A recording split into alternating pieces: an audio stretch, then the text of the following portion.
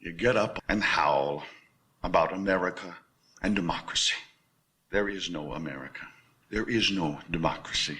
There is only IBM and ITT and AT&T and DuPont, Dow, Union Carbide, and Exxon. Those are the nations of the world today. The world is a college of corporations, inexorably determined by the immutable bylaws of business. And I have chosen you to preach this evangel.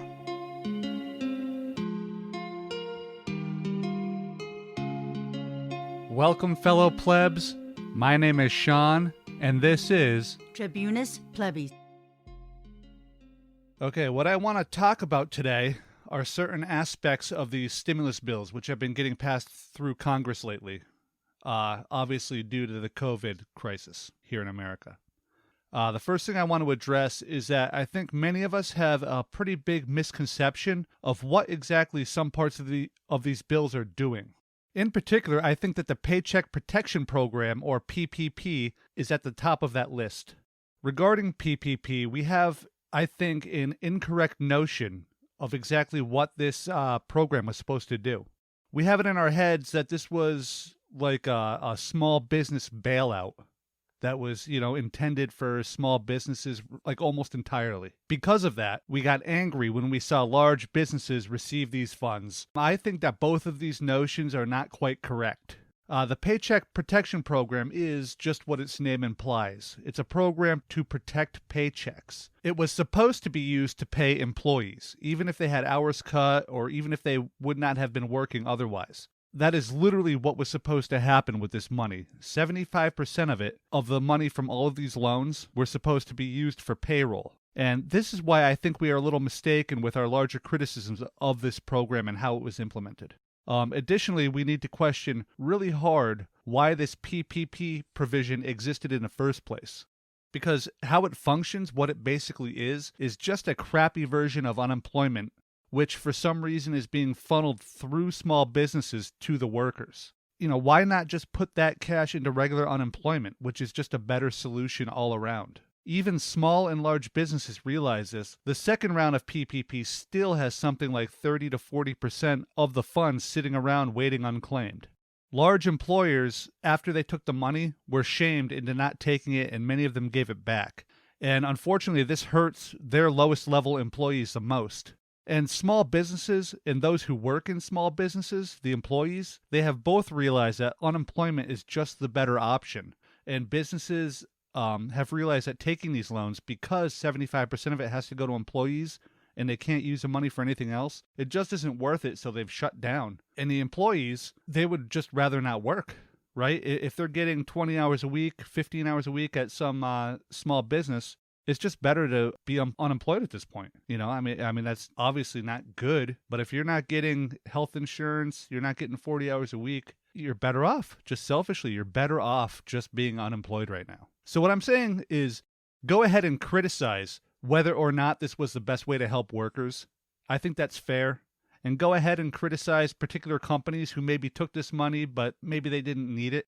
But we have to be careful, because this money was intended to go to wage workers, people like us. And our criticisms may have harmed people.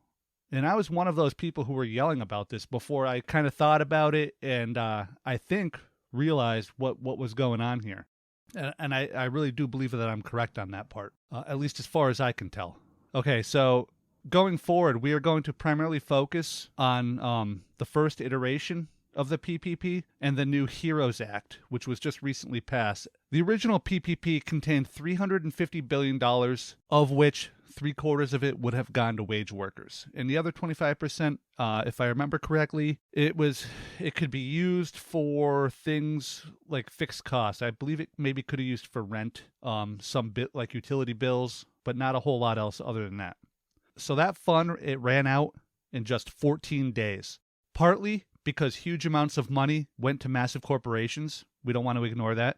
And it went to businesses controlled by very wealthy people. Don't want to ignore that either. And it did not go to businesses that are truly small or truly in need. And again, I want to focus on the in need part here.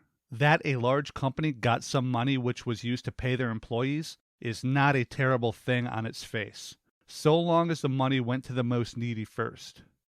We might pause here for a second and think about the question that jumps into, my head already. Why was there no urgency to actually bail out or save truly small businesses? The PPP essentially just used small businesses as a sort of middleman to get money to employees. But unemployment does that same thing, except it does it better. Why not actually focus on saving the businesses? Well, my conspiratorial side would suggest that perhaps big business did not want that competition to exist anymore. They would prefer that they fail or just to simply buy them out on the cheap as soon as they can. But that's probably a different subject for another podcast. Back to the fund itself. The fund was just not big enough to do what it was designed to do. But we're going to set that aside for now as well. The primary reason why national chains and other giant profitable businesses were so able to take advantage of these funds is because of the loopholes which were purposefully built into them. These loopholes, and again, calling them loopholes is insanely generous, I think.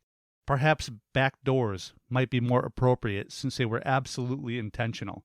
Allowed these megacorps to claim they were eligible for funds if they had locations with small amounts of employees. For instance, a hotel chain could claim to be a small business because they have only 20 employees at any particular hotel. Of course, the fact that the hotel chain was a massive multinational business that was profitable didn't really factor into anything. Now, I just want to take a pause here once again and risk beating a dead horse. The fact that a large corporation got PPP money is not, strictly speaking, terrible. This angle of attack might not be wholly wrong, but I think it is substantially wrong. Hotels have maids, fast food chains have fry cooks, and grocery stores have shelf stockers, all of whom need paychecks. And whether or not a giant corporation deserves to get any money at all is kind of irrelevant, because its workers, and especially its low-level workers, definitely need money. Okay, after all that, there was a huge issue with the PPP program. We need to look at how the money was distributed via banks and why it was done that way. The reason why banks were used is because the Treasury Department, headed by a certain clown prince named Steve Mnuchin, pushed for it and got it written into the bill. The claim they made was that the IRS or any other governmental agency was simply not built to handle and distribute money in this way, but banks are. And if you put on real dark sunglasses and squint real hard and don't look any deeper, maybe you could force yourself to believe this reasoning. But let's take a second look at Steve Mnuchin, the man Donald Trump chose to head the Treasury Department and one of the financial horsemen of the apocalypse.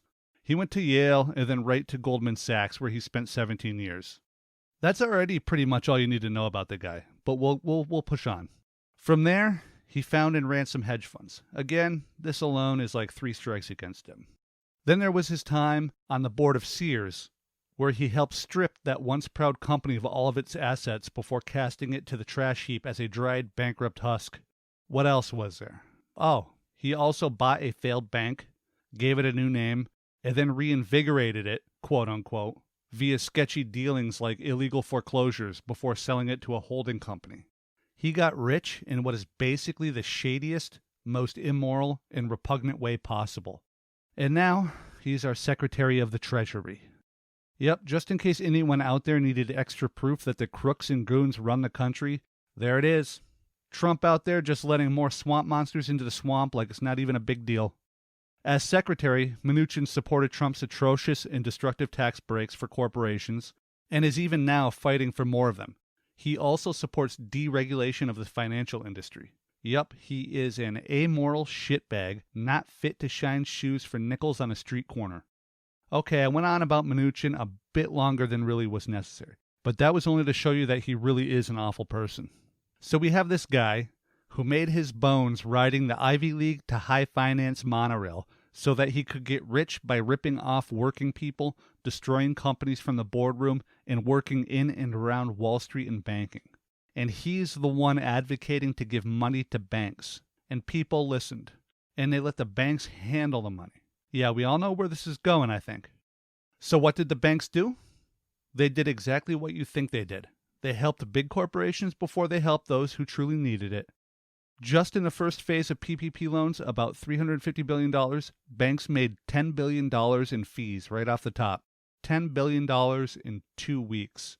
So we can stop wondering right now why a longtime banker and financial clown pushed for this move to banks. So the government is paying banks a fee for each loan it gives out. And this might not sound despicable on its face, as I'm sure people would ask something like, well, shouldn't banks get something for doing this work? And you know what? Sure. Let's all just agree that fees are fine in general. We can even agree that these particular fees were reasonable and fair. We can agree to all of that as we look at what happened. What happened was, banks did not distribute these loans in a first-come, first-served manner as they were supposed to. They did not distribute the money to those most in need either. Hell, they didn't even use a lottery or other sort of random selection. Nope, they just took all of the applications, sorted through them, and put all of their best customers, and most importantly, the loans with the highest fees attached to them, right on top of the stack. These banks were very explicitly supposed to deal with loans on a first-come, first-served basis. This is still not exactly fair, as giant firms have literally hundreds or thousands of lawyers and economists and accountants and general paper pushers housed in divisions of the company that are specifically dedicated to just this sort of action. Huge firms have literal, direct access to lawmakers' offices and cell phones as well, not just a public switchboard number listed on their websites like the rest of us have, and the calls flow in both directions. Plus, they have further teams of lawyers and accountants who can very quickly and efficiently decipher legalese and best position their paperwork, all of it flawlessly filled out and filed to be approved. At JP Morgan, as an example, almost all of the bank's commercial and private banking clients got their PPP loans approved, while only about 18,000 out of more than 300,000 applicants who bank through retail banks, those are the bank branches us normies are familiar with, got a loan. What is that? That's like less than 5%, I think? I'm not great at math, but that seems oddly low. To go even further, JP Morgan literally assigned caseworkers to literally walk favored clients, those with more than $10 million in banked assets, through the PPP process, and they held their hands to make sure that they got their loans.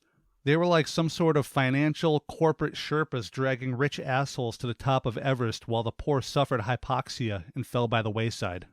While all of this is going on, actual small business owners, you know, the family who owns a tropical fish business on Main Street in your downtown, the very people who actually really truly needed a bailout, they were left to leave their contact info on a website and pray for a call back.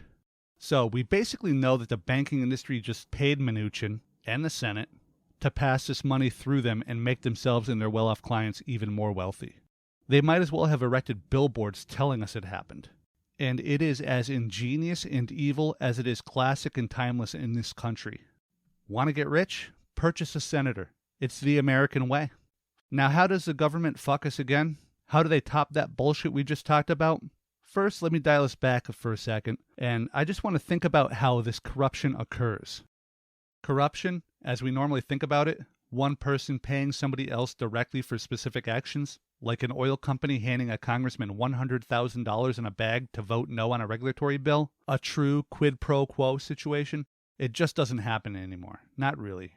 That sort of corruption, a cartoon bag with a dollar sign painted on it dropped onto a desk, that is almost entirely anachronistic right now. Today, corruption is far more subtle, though just as real.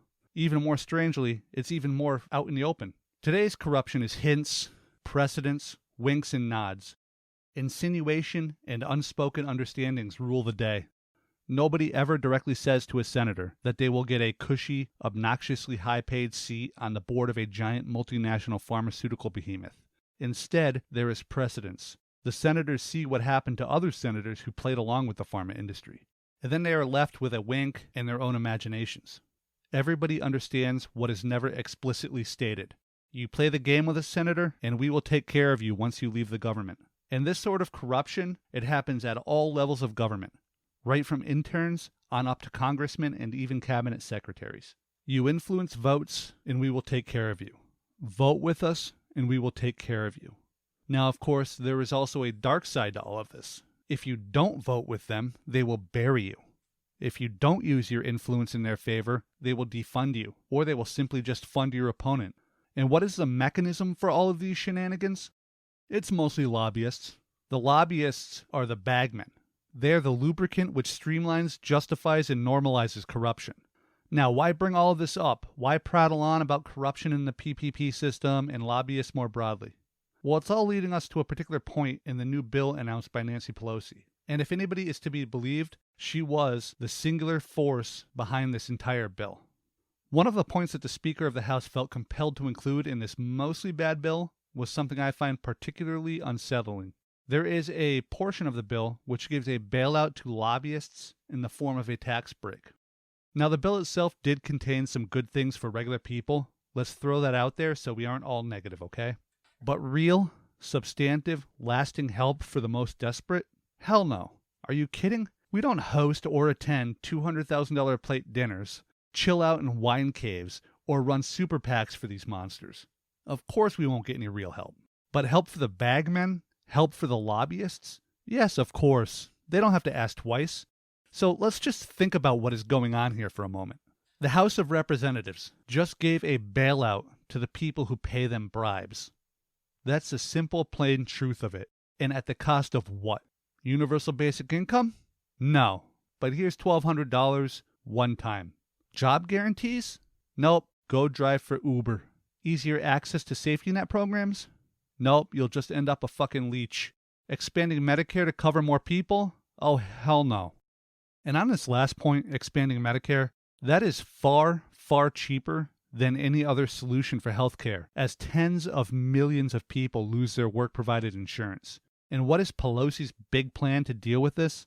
Well, she wants to subsidize COBRA. COBRA is the single most expensive insurance program in the history of the universe. COBRA is brutally expensive, and very few people who actually need it can actually afford it. So Pelosi wants to take the most expensive route, a route which funnels immense amounts of money to, guess who? Insurance companies. So she wants to spend way more money, get way shittier results, and she wants to subsidize insurance companies. All because insurance, healthcare, and pharma companies fund political campaigns and own these cowards. Oh, and then they bail out the motherfuckers who bribe them all too. Here's another thing to ponder. Congress refuses to put in place what are called automatic stabilizers into any of these stimulus packages, which is why they need to keep rewriting and passing legislation. Automatic stabilizers would alleviate much of this dog and pony show. Basically, what these stabilizers would do is tie things like stimulus checks to measures of economic growth, unemployment, and similar markers. These programs would automatically continue and adjust as needed rather than require a rock fight in Congress to get it passed every other month. But fuck those people who have no paycheck through no fault of their own, right? Let those people struggle through the Byzantine bureaucracy and get checks 2 months too late to not get evicted. At least the private equity fund didn't lose a point off their stock valuation. They do not care about poor people. That's really the nuts and bolts of it, I guess. They despise us. These people had an opportunity to do good, to effect change. If anyone had doubts that these people really are evil before this crisis, please cast them aside right now. Speaking of the crisis, I have an additional few thoughts here, but don't worry, we will spin back to Pelosi in Congress a little bit later. Now, this COVID-19 crisis has devastated America in various ways. The most salient way, obviously, being the widespread sickness and death it has caused. As I record this, COVID deaths in the United States are about to surpass 90,000 human lives lost, and I wanted to acknowledge that before I press on. It is truly heartbreaking to me whenever this number rises, and it is just as heartbreaking when I hear stories from the numerous doctors and nurses that my wife and I know personally. All that being said, I'm about to talk about this crisis in a somewhat dispassionate and political manner. So I hope that you'll understand that this does not mean that I don't care about those we've lost, or are losing, and will continue to lose, let alone those who are permanently harmed by this thing, or just suffer through a brutal sickness before recovering. The COVID-19 crisis has exposed something else as well. Actually, it has exposed several things. It has exposed the systemic weaknesses of our deeply fissured workplaces. It has shown the rank immorality of capital itself. It has shined a brutal, unforgiving spotlight on the now hopefully obvious inadequacies of our mostly private, for-profit health insurance and healthcare systems. It has also highlighted the weak posture of American citizens when they face power and the abject weakness of the current U.S. labor movement and unions. As we look at all of this, we need to understand something that the political right understand all too well, that a crisis can provide a moment where real change can occur. This change can be either good or for evil. It can be for the status quo or for a revolution. It can be incremental or radical. It can be virtually nothing or barely anything at all. But the opportunity exists and it can be used. 9/11 is a great example. After the terrorist attacks, the ideologically driven conservative politicians used that crisis to make sweeping changes. They used it as a pretext to start wars which, if you believe the standard story, began as righteous retaliation before grinding into quagmire. Regardless of whether you believe that initial narrative or not, those wars soon became nothing more than a resource-driven occupations in short order, whether or not they began that way. And then there was the passing of the Patriot Act, one of the most un-American bills ever passed. This was followed, of course, by the illegal, unjustified war in Iraq. This is where the Bush administration leveraged the fear and anger of the U.S. populace and manipulated them and most of the Western world as they lied about weapons of mass destruction in Iraq to generate popular support to send troops to that country. Now again, I'm going to set aside the conspiracy theories and all that around this and work off the notion that the sort of mainstream narrative is more or less accurate. The towers fell in New York, a plane slammed into the Pentagon, and United Flight 93 crashed in Pennsylvania. And America was terrified and angry. We had a crisis in this country, and there was a response. Before we continue, let me read a quote from all-time worst person contender Milton Friedman. He said, quote, "There is enormous inertia, a tyranny of the status quo, in private and especially governmental arrangements. Only a crisis, actual or perceived, produces real change. When that crisis occurs, the actions that are taken depend on the ideas that are lying around. That, I believe, is our basic function, to develop alternatives to existing policies, to keep them alive and available until the politically impossible becomes politically inevitable." End quote. Another terrible person, politician Rahm Emanuel, paraphrased Friedman in a more succinct way when he said, quote, "You never want a serious crisis to go to waste. And what I mean by that is an opportunity to do things that you think you could not do before." End quote. The key things here that they both got right were that crises can accelerate change and the part about ideas lying around. When 9/11 happened, the neocons had ideas lying around. Ideas like spying on citizens is okay. Making corporations like Halliburton insanely rich is good. Starting wars with mineral and resource-rich countries, leveraging racial and religious animosity, solidifying hierarchical power structures, legitimating extrajudicial confinement, torture, and murder, all the fun stuff. And as soon as the initial shock of 9/11 wore off, those ideas began getting implemented. Okay, that's all very depressing. I get it. So to flip this concept of crises and change to a more positive note, we're going to talk about two other really bad situations: the Great Depression and World War II. Both of these events were obviously terrible, but they did help instill a stronger labor sector and labor organization in the United States. And this happened mostly because these ideas had been lingering and lying around, as Friedman put it, for decades. The Great Depression and the resulting deprivations forced the working class and poor to band together and to fight back against the exploitations of capital interests. This collectivizing, militarism, and general solidarity had not sprung up overnight out of whole cloth. The ideas had been lying around, and the crisis the world experienced caused desperate workers to once again recognize these ideas. They saw the power they contained and how they would be able to act on and use them. Those foundational principles that the workers rediscovered had been laid down over the previous century all across the country, union by union, factory by factory, mine by mine, and even county by county. A crisis occurred, and those ideas, which had been laying around, ideas like solidarity, strikes, 8-hour workdays, overtime, weekends, pensions, and democracy in the workplace, amongst a slew of others, began to take root and bloom, not just in a spot here and there, but all over the country.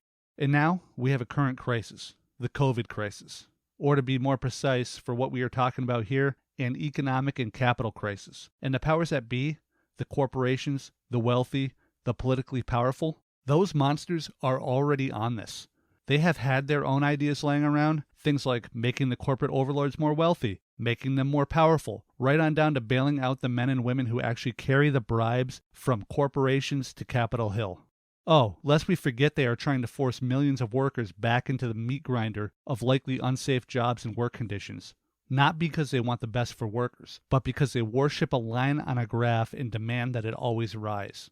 Their first instinct was to bail out landlords, not renters.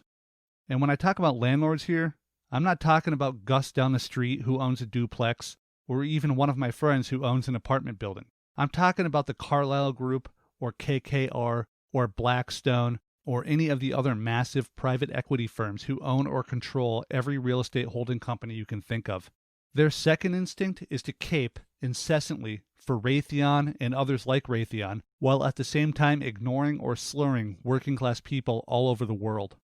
They have their ideas and we have ours, and we need to start fighting against theirs and building on our own. Already we see signs of this buildup. Amazon and Walmart have seen strikes happening all across the country. These strikes have been primarily driven by safety and wage. And this is all on top of a resurgent year for labor movements in general, especially amongst teachers and nurses. It is especially sick for these politicians, CEOs, and apologists for the rich to talk about how minimum wage workers are quote-unquote essential and quote-unquote heroes. Oh, and screw Pelosi for calling her bill heroes in their honor too, by the way. So they call them essential and heroes and then send them into unnecessary danger. All because it is more profitable than protecting them properly. What kind of a sick world do we live in when nurses have to fight, strike, have sick-outs, and beg for basic protective equipment? And when these minimum wage and gig job folks go to work every day, and they do go to work every day, they don't do it because they are heroes or because they are brave. They do it because they get paid so little and work in places so morally bankrupt that they can't miss more than a day or two without missing a meal or rent or even being fired. Even as I type this, Fox News personalities are pushing for the economy to reopen. Yet Fox News itself is voluntarily extending their work-at-home timeframe. These media cretins want you to go to work, not themselves. They want you to risk yourself for them, the wealthy. They don't want to go to work. Heaven forbid somebody with a 7-figure salary and a show that brings in tens of millions of dollars were to get sick.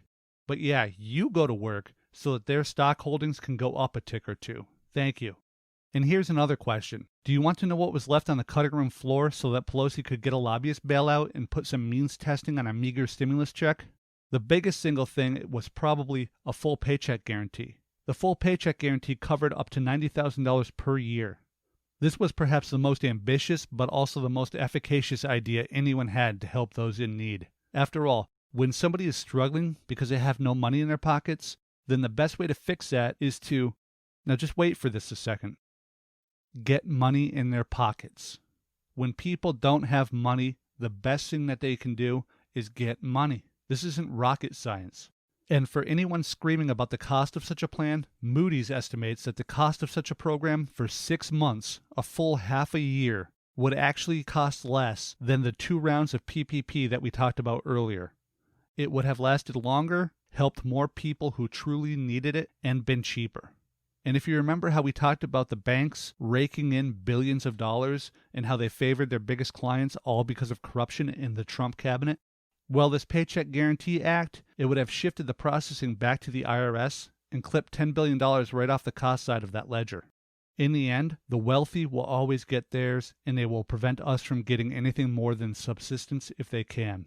They will go on late-night TV and browse both of their $30,000 refrigerators and then joke about how one of their freezer drawers is stuffed with nothing but expensive ice cream.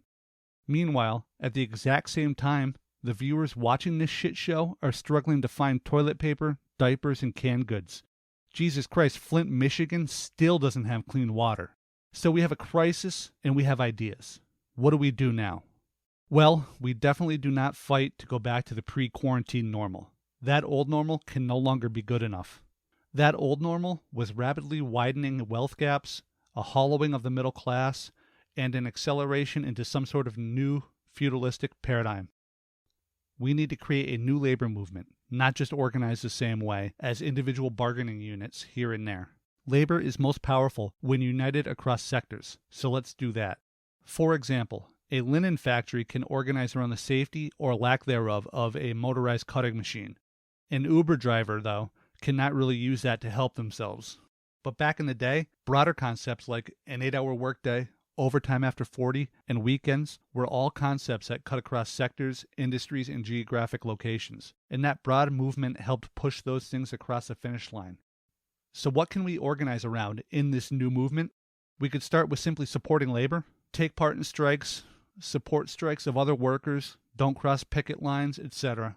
But really, we need to organize against the power of capital itself.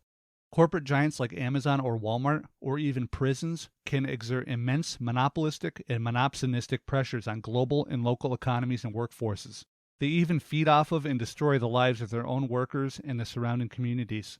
Then we have the tech giants, Amazon, Apple, Google, Facebook, and Microsoft. They own pretty much everything of note at this point. Oh, and they're tracking us like animals as well. Now, as if that enemy list is not long enough, we have the private equity assholes as well, like the well-named Cerberus and the others like Carlyle and KKR I mentioned before. I literally do not have time to list everything that Cerberus either controls or owns. The list is literally staggering when you begin to read it. It's kind of like when you were watching some sort of sci-fi dystopian movie and there is this megacorp that owns and controls everything. And maybe we think like, LOL, there's no way, free markets, etc. But private equity and tech are those evil megacorps, even if we don't quite clearly see it yet. So those are our enemies. This is who we must battle in the coming labor fights. Yes, it is daunting, but we need to identify and organize around broader goals which bridge industries. Things like the fight for 15, which honestly should probably be closer to 20 by now because the fight has dragged on so long. Even some seemingly radical ideas like maybe a 4-day work week or more working from home. How about worker representation on corporate boards, worker councils, co-determination, and democracy in the workplace all cut across various professions and sectors?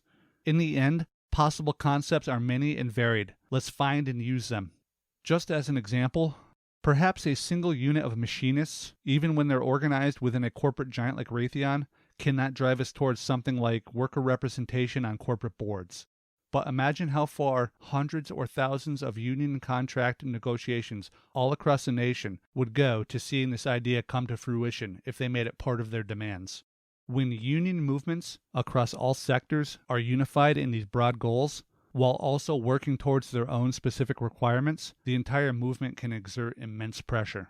Not only could we achieve these broad goals and raise wages, benefits, and working conditions, but we could also accelerate things like disinvestment in companies that dump chemicals into our water, that dig up and burn fossil fuels, and even disinvest from things like child labor. In the end, we have the strength. We know how essential we actually are as workers now. The COVID crisis has highlighted that and shown us our muscles.